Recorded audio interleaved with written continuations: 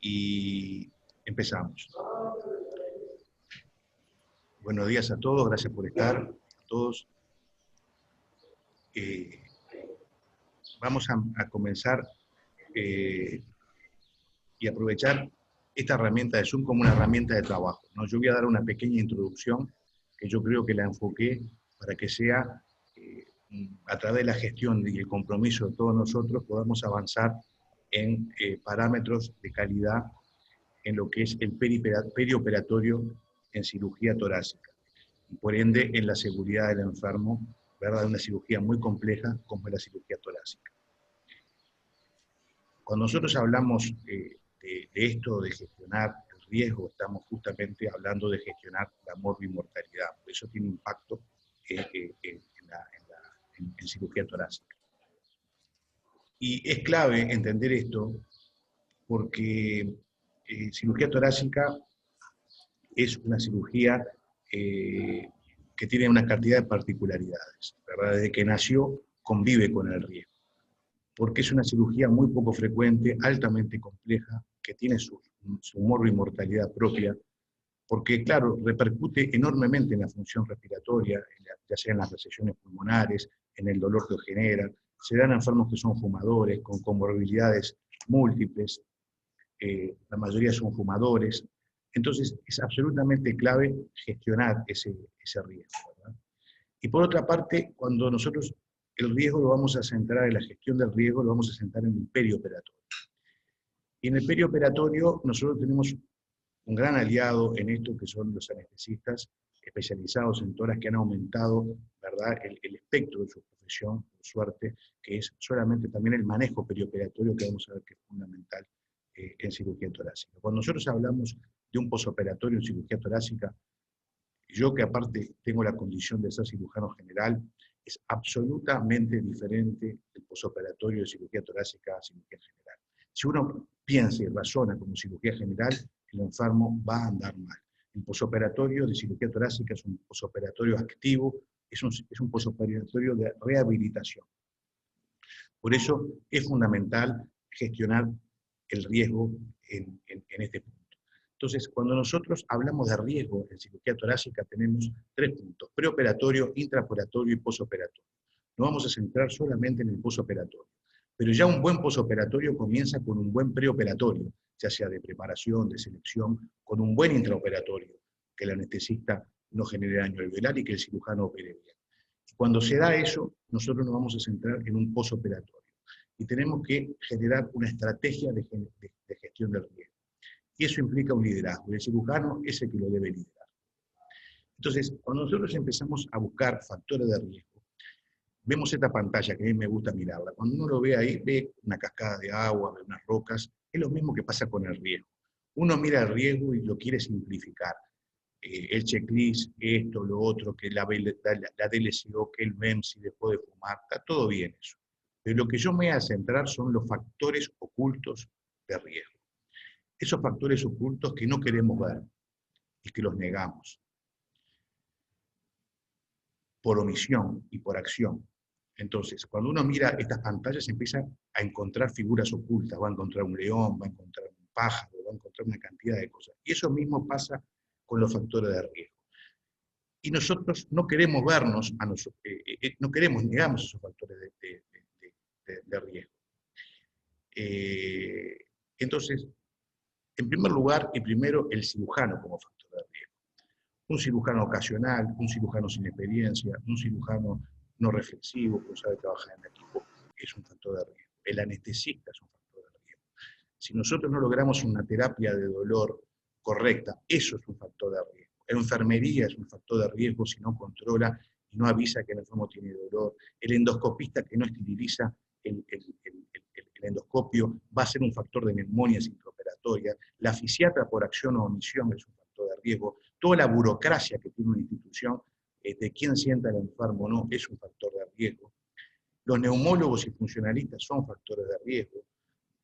Y cuidados intermedios también, y la guardia interna también. ¿Por qué digo CTI cuidados intermedios, que son excelentes? Porque estos enfermos no deberían ir a un CTI por la cultura nuestra de los CTI. Nuestros CTI son polivalentes, atienden pacientes con fallas multiorgánicas, y el enfermo de todas hay que rehabilitarlo, y no se puede rehabilitar en un CTI. Entonces, al vernos nosotros como factores de riesgo, vamos a cambiar la perspectiva. Pero también hay que ver las organizaciones como factores de riesgo, cosa que no se habla. Y hay que empezar a ver los sistemas de salud que generan y rigen esas organizaciones como factores de riesgo. Entonces, el riesgo es compartido, obviamente liderado por el cirujano en primer lugar y como nadie, cosa que nosotros asumimos, pero tiene 5 pilares: los médicos, el departamento de enfermería, las instituciones, los gestores y las autoridades. Ahí me hace gracia el tema de los gestores, ¿no? Los gestores son factores de riesgo con sus decisiones totales, tienen que alinear la visión, misión de la institución que dirigen a los objetivos puntuales. Entonces, sus decisiones no se ven, son acciones retardadas de ineficiencias múltiples que terminan con situaciones muy problemáticas. Y tenemos que empezar a ver ese tipo de temas. La gente que dirige los sistemas de salud, ¿verdad? Hay que exigir para que sean eficientes y busquen que justamente las organizaciones entren a la corrección de los puntos donde tienen que entrar. Entonces, cuando uno ve el riesgo, yo me voy a referir al principal riesgo en cirugía torácica, que es por omisión. Entonces, vamos a ver el posoperatorio como es nuestra estructura asistencial. Las fallas que nosotros detectamos en el posoperatorio. Un enfermo en cirugía torácica, por definición, sale extubado, estable y con todos los parámetros normales.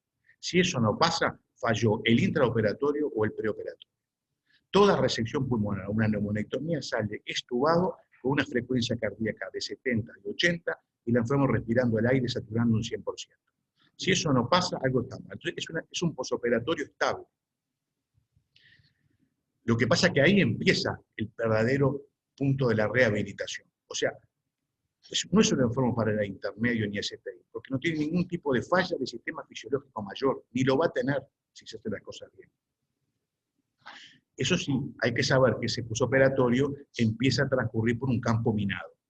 Si yo dejo al enfermo en una cama estaqueado, como dejo un abdomen o una hernia o cualquier cirugía abdominal, el enfermo se va a morir.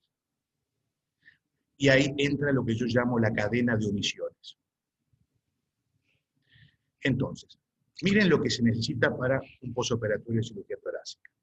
Una buena analgesia, una cama articulada, que le den comida porque puede comer enseguida, que tenga un sillón para poder sentarse el otro día, que haya una buena fisioterapia, que camine, que se rehabilite, no es necesario monitorizarlo, humidificar las secreciones, estimular la expectoración, fibrononcospirarlo, ¿sí? Porque hay que fibrononcospirarlo y que lo haga alguien competente y que no lo infecte, un balance hidronegativo y saber controlar los drenajes y la aspiración. Nada más. Esto se puede hacer en una sala común y se hace en cualquier centro de referencia en el mundo, en cualquier sala común. Pero ¿qué pasa en Uruguay? Por nuestra forma de trabajar, por nuestra forma de organizarnos, porque no hay una prioridad, que hay fallas en el posoperatorio, accidentes de catéter, inadecuada fisioterapeuta, niveles de analgesia subóptimos, error en la conexión de los drenajes, ¿verdad? Placas de tórax que no se hacen. Y este es el ejemplo más claro que yo pongo de un enfermo típico de tórax, que está bárbaro, tiene esta placa a la izquierda, tiene una típica telectasia, y el enfermo, si esto no se corrige, este enfermo tiene dolor, no se movilizó, secreciones, atelectasia, intubación y muerte. Es el ciclo de estos enfermos. Cuando esto pasa, como dice acá, este artículo, los enfermos que entran en terapia intensiva después de la sala, que requieren ventilación, tienen un muy mal pronóstico. El enfermo en cirugía torácica hay que evitar que se ventile. No se debe ventilar, y si se ventila es que falló el posoperatorio. Y ahí sí recién tiene indicación de entrada a CTI. Entonces, esto es un ejemplo muy claro. A la derecha, un mal posoperatorio, ¿verdad? Un paciente obeso, con abdomen prominente, tirado así en la cama. Va a andar mal. Ese enfermo se deja así y se termina muriendo. Este enfermo hay que ponerlo y sentarlo en la cama y ahí va a estar muy bien. Lo mismo con los manejos de los drenajes, ¿verdad? Drenajes engañosos que generan malas conexiones, que hay que saber generarlos. Entonces, el control del dolor es la parte más importante que hay, ¿verdad? El catéter es un factor pronóstico así, independiente de mortalidad. Y es un dolor que tiene que estar bien controlado, ¿verdad? Entonces el paciente con un catéter tiene que estar sin dolor, que pueda respirar profundamente, que se pueda mover en la cama, que tenga una tos efectiva, ¿verdad? Y que permita deambular. Si el paciente, cuando el enfermero o el nurse lo mira, está con dolor, no estoy bien, lo quiere mover un poquito, tiene dolor, está con un mal nivel de analgesia. Ese paciente se va a complicar. Los pacientes tienen que tener un nivel de analgesia que al otro día de operado se estén así. Y se logra perfectamente bien. Entonces, se ha trabajado mucho en La Pañola, con la doctora Ana Rodríguez, que trabajamos allá y con Jimena Areco. Ahora, por suerte, anestesia también está en el Hospital Maciel reforzando el trabajo del excelente grupo de anestesistas de ACE, a trabajar y reforzar todo lo que es la parte esta de trabajo en lo que es ensanchar el perioperatorio. Esto es un ejemplo para manejarlo en sala para un enfermo puntual. Bueno, esto es lo que yo quiero. De acá en más, poder construir un grupo de trabajo que podamos manejar todos los enfermos en la sala, cosa que vamos a poder lograr. Entonces, yo tengo otra necesidad, que acá vemos muy claro. Nosotros aparte somos, no una cátedra, un instituto de tórax, donde vemos que hemos ensanchado nuestra capacidad de trabajo, donde hay un punto que se llama unidad de cuidado de rehabilitación postoperatoria, que hay que trabajar, que es el tema de este año, que para mí es un objetivo esencial. Nosotros somos Centro de Referencia Nacional para ACE. Nuestro objetivo de población es 1.700.000 personas, único centro de referencia y vienen enfermos complejos. Nosotros cada vez estamos operando más enfermos y tenemos un 30% de suspensiones porque en el hospital, y más ahora con el COVID, no hay camas en el CTI. Así no podemos seguir. Y enfermos que van a CTI porque no hay salas que puedan simplemente ser suficientes como para poder tener un posoperatorio digno. Nosotros estamos conectados con todo el país y acá vemos que nosotros, a pesar del COVID, estamos operando cada vez más. O sea, nosotros tenemos que solucionar y saber gestionar este aspecto, si no, no podemos funcionar. Entonces, por eso es muy importante también la dirección del hospital. Yo he invitado a la dirección del hospital porque creo que los gestores son fundamentales porque tienen que alinear a los servicios, a la misión que tiene el hospital, y este es un hospital de complejidades, y más con referencias como cirugía torácica, no puede tener enfermos que se suspendan, ¿verdad? Y no puede tener salas no aptas para poder tener esos posoperatorios que podrían estar ahí. Nosotros tenemos un índice de suspensión del 30%, estos dos últimos martes no pudimos operar por no tener cama en el CTI. Y así eso no podemos funcionar, y más enfermos que son del interior con el problema que genera la suspensión de los enfermos que son difíciles de poner en oportunidad operatoria. Entonces, ¿qué problema tenemos nosotros de infraestructura? Que internamos en diferentes salas, hay asimetría de género, a veces tenemos sala de hombres y una de mujeres, dispersión del personal de enfermería, rotación de los recursos humanos, turnos con carencia de personal, número insuficiente de fisioterapeutas, un hecho que es inadmisible, que no tengamos una fisioterapeuta, o que acá no haya una escuela de fisioterapia, cosa que yo he tratado de lograr entre clínicas que vengan acá y no vienen. O sea, toda una cantidad de cosas que son fundamentales.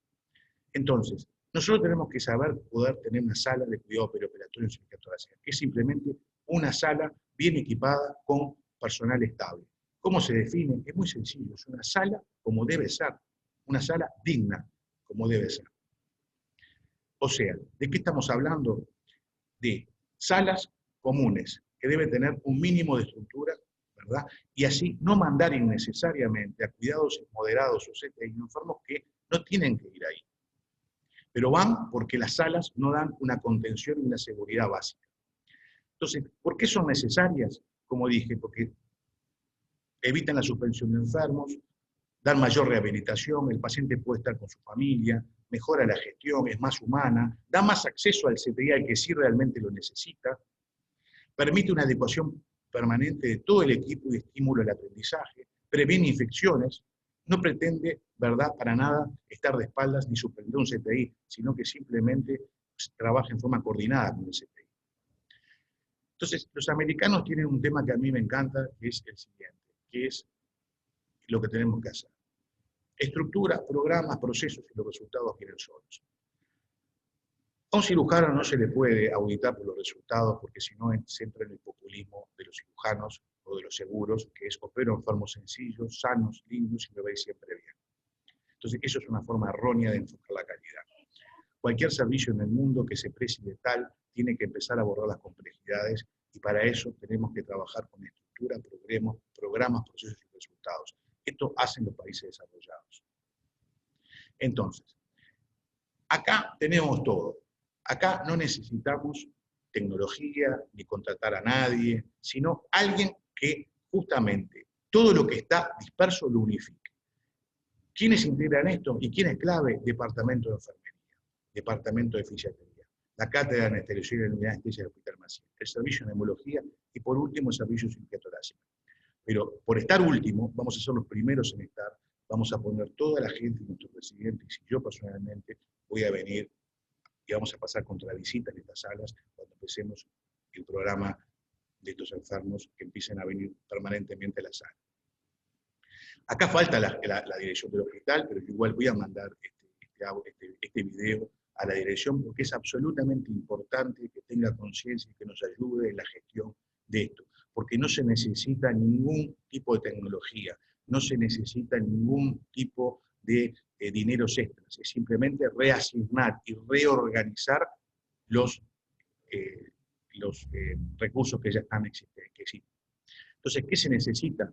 Residentes, NARS, neumólogo, anestesista, cirujano, una sala común con 3 camas articuladas, que tenga una bomba de infusión, oxígeno y aspiración central que ya hay, y un personal estable en los 3 turnos, con una NARS comprometida, como ya tenemos a Mariela, ¿verdad? Y dar un apoyo para todo el crecimiento de esto, ¿verdad? Esto más o menos lo mismo. Entonces, nosotros lo lideramos, ¿por qué? Porque el paciente nos deposita a nosotros la confianza. Entonces, nosotros, el cirujano tiene que liderar estas cosas, porque hay cosas que ya después no dependen del cirujano. El cirujano también, como el anestesista, tiene que ensanchar la visión profesional, no es lo operé bien, es cuando el enfermo se va de alta. Y para eso tiene que interactuar con la organización, porque es la organización la que en el fondo es responsable de esto. Y por eso yo digo que los gestores, los que deciden dirigir un hospital, organizar un hospital, tienen que tomar conciencia que también son predictores de riesgo con sus decisiones, por acción y por omisión. Entonces, nosotros tenemos que ir hacia ese camino, tenemos todo. Vuelvo a repetir, esto no es contra el CTI, es complementario.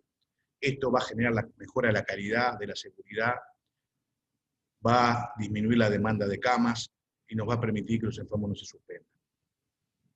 Después vamos a empezar a pautar que operar, cualquier resección pulmonar arreglada, una cirugía traqueal, cualquier cirugía, hasta yo me animaría a una neumonectomía, pero puedo entender que la neumonectomía no.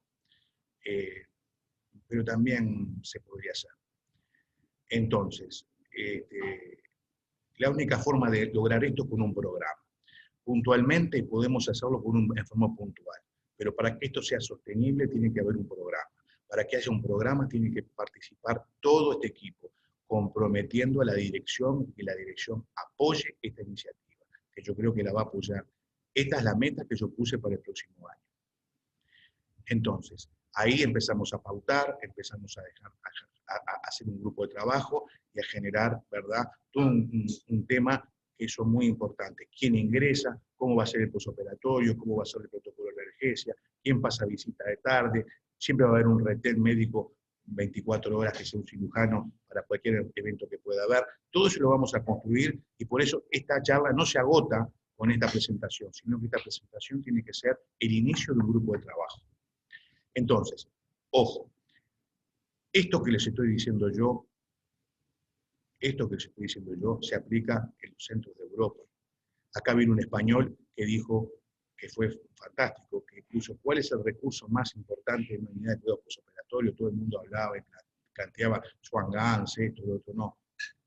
Personal de enfermería estable.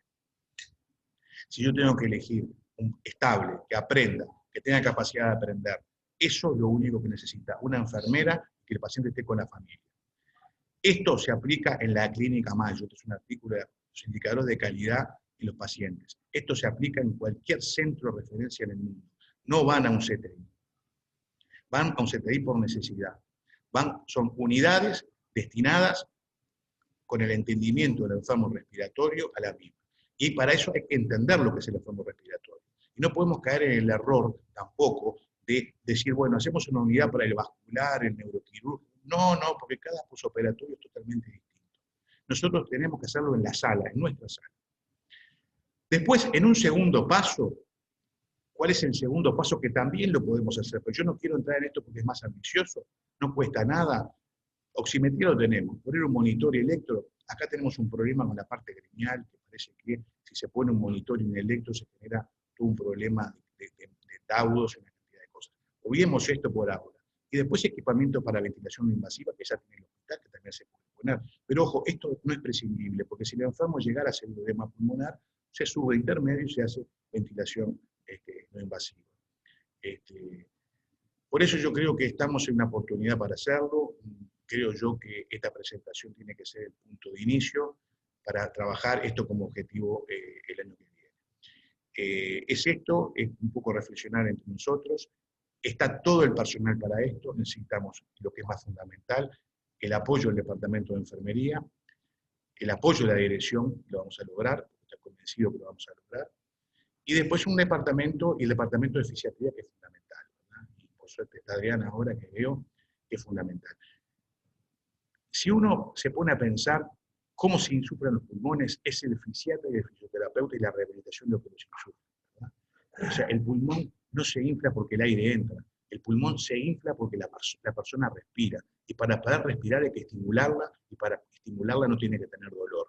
Y para eso hay que semisentarlo, tiene que estar cómodo, tiene que caminar y estar sentado en un sillón. Es algo tan sencillo y tan difícil de lograr acá en el hospital y en cualquier lugar, ¿eh?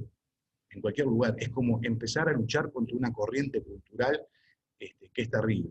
Pero bueno, este es el inicio, un primer paso, y empezamos la discusión. Muchas gracias.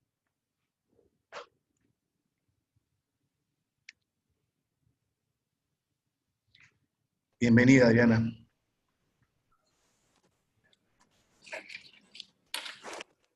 Hola, ¿Pablo? Ana, sí. Ana. Sí. Hola a todos. Muy linda la charla, Gerardo, y sobre todo muy clara y no por sencillez no relevante. Creo que, como bien dices, esto es son cosas muy básicas las necesarias para que un paciente ande bien, pero son tan básicas como difíciles de lograr porque uno puede tener la voluntad, pero realmente la organización del hospital y las responsabilidades en la gestión hospitalaria tienen que apostar a algo más que a los números de cantidad de pacientes operados, sino a la calidad, ¿no? A la calidad de la asistencia, y hoy, hace tiempo, eso está difícil. Lo que no quiere decir que no se pueda lograr, porque realmente la cantidad de camas que requieren una unidad de cirugía de tórax y la cantidad de recursos en enfermería no son tantos en realidad, no son tantos. El tema es que de alguna manera hay que saber explicarlo para que vean las ventajas de que un paciente, primero, ya de por sí estás abaratando, porque no ocupar una cama en CTI por un catéter peridural o en intermedio, ya ahí esa misma plata la podés pasar para una habitación común y poder hacer lo básico, que es muy sencillo, ¿no? Pero digo, el tema es que lo logren entender, ¿no? Que lo logren entender, porque realmente esto está en manos de la gestión hospitalaria, de quienes deciden este tipo de cosas, y claro, es lo difícil, porque la verdad que es tan sencillo lo que vos decís, Gerardo, lo que hay que hacer, que llama la atención, no llama la atención, todos sabemos cómo funciona un hospital, tórax no es la única especialidad, y un montón de especialidades tienen sus prioridades. Lo que pasa que de alguna manera uno tiene que ser, buscarle esa inteligencia que hay que tener para llegar a, y que ellos prioricen de alguna manera, ¿no? Porque no es complejo. Lo que pasa es que ellos están en otra dimensión, ¿no? Con otras prioridades que son de todas las especialidades quirúrgicas y médicas, y no de una. Pero esto abarata, es lo que yo veo, que esto abarata, y como lo que básicamente se guía la gestión hospitalaria es por los costos, de alguna manera uno tiene que hacerle entender que ahorrarse una cama por día en intermedio CTI por un catéter es mucha plata. Y obviamente no es un recurso que se pueda eliminar, ¿no? Porque el catéter peridural en algunas cirugías es imprescindible y hace al pronóstico del paciente. Pero digo, hay que buscarle la vuelta, pero sin duda no es tan costoso. porque lo que se ahorra por un lado se está pasando por el otro lado. Creo que no logran entender, pero bueno. Y después, ¿qué te iba a decir? Coincido contigo en todo, obviamente, ¿no? El personal, acá hay dos cosas que atentan, más allá de no tener una unidad propia, aunque sea pequeña, ¿no? Y más vale operar más despacio. Te dan 2 camas, te dan 3 camas, te dan una cama, el paciente estará 1 o 2 días, después ya va para piso, o si no va para el intermedio o CTI, pero es muy poco el tiempo que estaría en esa unidad. Capaz que te dan 2 camas y más vale enlentecer la cantidad de cirugía porque que anden mal, ¿no? Que hacer más cirugías y que te anden mal. Hay muchos factores que atentan en nuestro país, el multiempleo es uno. La muy mala remuneración del personal de enfermería es fundamental. Fundamental. Ahora estaba viendo un llamado para licenciados en Alemania y lo que pagaban. Sí que el alemán es difícil, porque si no, no queda nadie en Uruguay, ¿viste? No queda nadie. Se subvalora, se subestima terriblemente la labor de enfermería. Y bueno, el mundo es así. Valés poco y entonces va bajando el nivel, va bajando las exigencias. Es complicado ese tema, que nos trasciende a todos nosotros. Lo que no quiere decir que no se pueda trabajar en el tema, ¿no? El multiempleo de enfermería, el multiempleo médico, uno dice, ¿qué tiene que ver el multiempleo? Tiene que ver, porque uno, si dividís tu atención en 4 lugares o 5 lugares de guardia que está, obviamente que tiene muchísimo que ver, ¿no? La neurona y la dedicación que le pones a un paciente y la tenés que dividir en 5 pacientes. Pero bueno, es nuestro sistema de trabajo. Pero estoy de acuerdo, hay que trabajar y hay que lograrlo porque no estoy convencida. ¿Sabés cómo hay que presentar esto, Gerardo, en los lugares? Con números, números. Tenés que ver lo que sale un paciente hoy y lo que saldría con una unidad con 2 camas o 3, o lo menos que puedas porque hay que venderle el producto, ¿viste? Números, lo único que entienden de la gestión hospitalaria, la alta gerencia, son los números.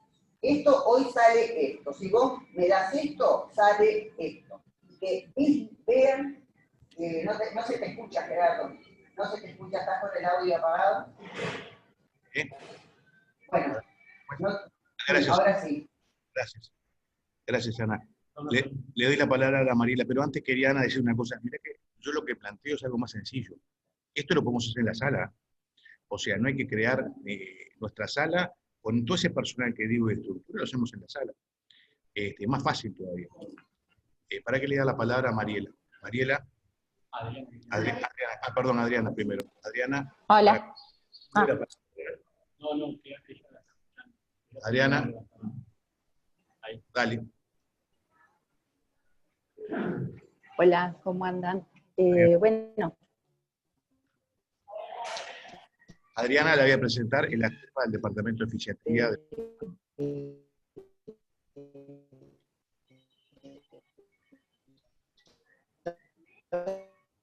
¿Se escucha?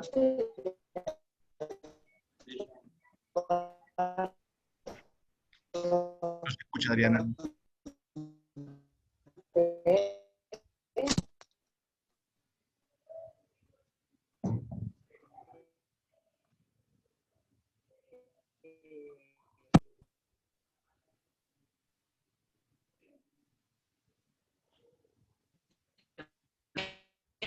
Adriana la voy a presentar, es la jefa del Departamento de Fisiatría. Estamos de acuerdo totalmente.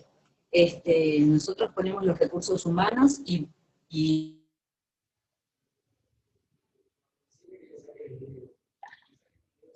Sacar el video, Adriana, así no te es más ágil. Ahí va.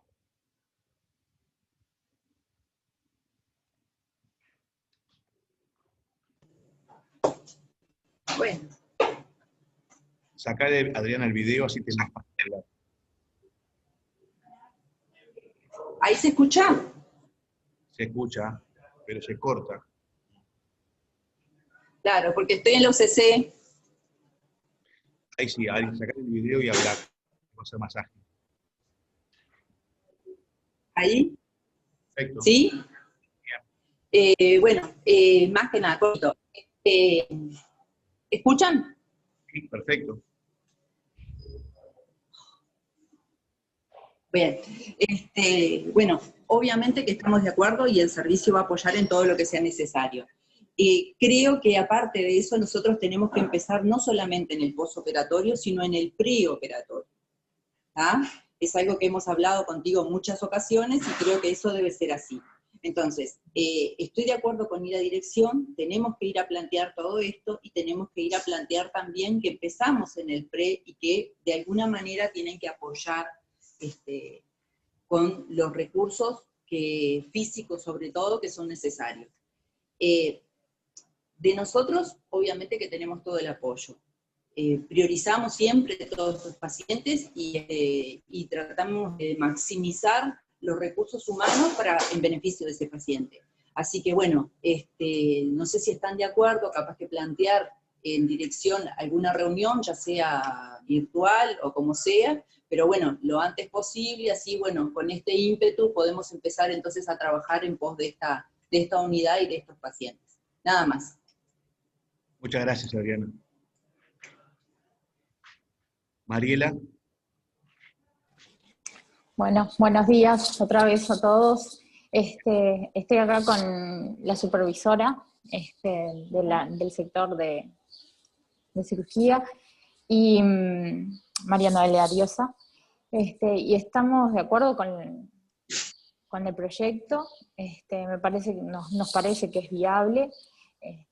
Hay cosas en las cuales ajustar, evidentemente, de acuerdo con Adriana, que plantea la reunión con dirección, para hablar de temas de recursos. No sé si se aplicarían esto con más disponibilidad de camas, porque actualmente el servicio cuenta con 8 camas, nada más en moderados. No sé si piensan extender eso, si ya está hablado, ¿no?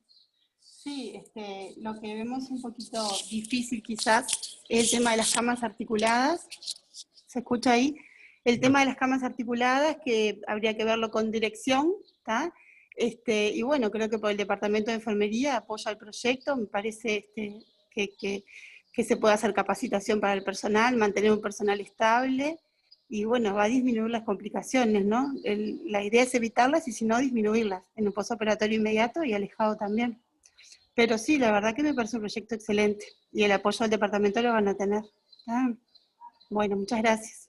Está la licenciada Sheila, que se encarga del área de educación, que ella va a tener más ideas de lo que pueden ser las propuestas para capacitar al personal. Actualmente lo bueno es que los 4 turnos de enfermería cuentan con licenciado, pero sé que en el vespertino tienen un régimen diferente de libres, y hay algunos días en los cuales no hay licenciado, pero sí el personal de enfermería, por lo que tengo entendido, es fijo. Es fijo, sí. Y eso es un punto a favor, que no en todas las salas es así, ¿no? Perfecto. Yo, como esto va a quedar grabado, y así como Bien. va a quedar grabado, yo lo voy a pasar, lo voy a transformar en un WhatsApp, yo se lo voy a mandar a ustedes, así ya queda, y con esto se lo voy a presentar a la dirección, esta visión, que no va a haber ningún tipo de problema en tener el apoyo, porque ya me lo han manifestado aparte. Así que, después de esto, lo que hacemos es un segundo Zoom para empezar a trabajar en la construcción de esto. Que de nuestra parte siempre vamos a tener una referencia, una visita, una contravisita, vamos a pautar, vamos a hacer pautas, vamos a dejar todo protocolizado, actividades de educación, y bueno, y empezar con la marcha, ¿no? Definir los enfermos que vamos a empezar en las salas, ir preparándolas, ¿verdad? Que haya un sillón, etcétera, etcétera. Son pocos enfermos, o sea que va a ser fácil de poder lograrlo. Nosotros operamos un enfermo complejo por semana, mi idea es que podamos operar 2, pero sumo es 1 o 2 operatorios por semana, o sea, cosa que es fácilmente lograble. Y si esto sigue así, en 3 años vamos a poder operar 3 enfermos por semana grandes. O sea que no es un proyecto ambicioso, pero muy bueno, muy sólido y va a andar bien. Como se hacía antes, nosotros, por ejemplo, la cirugía torácica en el San Bois se hacía en un 4º piso con un gran soporte de enfermería. Los inicios de la cirugía torácica, como yo digo, si yo quiero tener un servicio de calidad, tengo que tener una nurse dentro del servicio. La NARS es el principio que organiza y ordena un hospital. Ahí en la Zambúa funcionaba así. Otra de las cosas que les voy a poner de anécdota, que yo ahora estoy escribiendo el libro Psiquiatría, que lo pueden ver en Netflix. En la Segunda Guerra Mundial, el rey de Inglaterra, el padre de Elizabeth, tuvo un cáncer de pulmón y lo operó un eminente cirujano torácico en el año 1950 y pico, y le hizo una neumonectomía izquierda en el Palacio de Hamilton, y el posoperatorio fue en su cama, pero se trajo el rey, y era muy habitual, y los principales servicios de cirugía torácica en el mundo, cuando surgió, eran anestesistas, cirujanos, NARS y personal, y se manejaban perfecto los enfermos. Lo que pasa es que después, claro, se entró en lo que es la homogenización de todas las especialidades, los polivalentes, etcétera, etcétera. Y ahora hay que ir de vuelta a los orígenes, a las unidades especializadas, que son simplemente salas equipadas, básicamente, nada más, y con un personal estable que entienda esto. Así que muchas gracias, seguimos en contacto, y convocamos, yo después les voy a mandar si puedo, le voy a mandar esto mismo entre todos por WhatsApp compaginado, a ver si sale, vamos a ver si lo podemos lograr. Bueno, muchas gracias. Yaila, perdón. Yaila. ¿Qué tal? ¿Cómo están? Buen día para todos. Sí, es siempre muy bueno cuando nosotros podemos trabajar con equipos que sean fijos para ciertos pacientes en particular, porque hace que también enfermería se especialice en ese tipo de pacientes. Claro, el problema termina siendo siempre el mismo, el tema de los recursos, por eso es tan importante el apoyo desde dirección, porque por ejemplo nosotros enfermería no tiene quien sea turnante o que cubra los libres del licenciado en enfermería. Eso es una realidad. El auxiliar sí los tiene, pero no licenciado en enfermería. Entonces, por ejemplo, tenemos aquí a Mariela, o la supervisora. Ella llega a hacer su licencia y no hay quien cubra, ¿no? Entonces, hablamos, por ejemplo, de un mes donde el licenciado en enfermería no está y solamente tenemos los auxiliares. Eso es una realidad. Lo mismo que si aumentamos la complejidad del paciente que se va a atender, también se requeriría una unidad de enfermería más para poder atender a los pacientes de menor complejidad y alguien que se dedique más específicamente a esos pacientes más complejos, porque el tiempo, lo que se llama la carga de intervenciones de enfermería que se realizan es mucho mayor que en el resto. Entonces, es excelente trabajar así, es muy bueno, creo que desde el departamento, la jefa de enfermería, Ana González, la que toma la decisión, ¿verdad? Pero desde el departamento tenemos todos la disposición de trabajar en este tipo de proyectos. El tema es eso, requerimos que desde la dirección se tenga en cuenta la necesidad de suplir ciertos cargos para poder tener un personal que esté dedicado específicamente allí. Que, por cierto, históricamente la sala Tijimbrú, desde vascular y tórax, siempre ha sido una de las que se ha prestado mucha atención por el tipo de paciente y los cuidados que requieren, que el personal sea fijo o especializado, entre comillas, ¿no? Porque la misma experiencia que han tomado en ese sector hace que mantengamos, como decía Mariela recién, que los 4 turnos, dentro de lo posible, sea siempre el mismo personal, siempre se capaciten, o sea, es una sala que se toma siempre todos los recaudos para brindar un cuidado de excelencia. Sin desmedro del resto, ¿no? Pero sé que se presta atención también cuando se cubre quienes van allí. Así que bueno, genial poder empezar, creo que desde el estar todos de acuerdo para continuar después, hilar más fino en el desarrollo del proyecto, ¿no?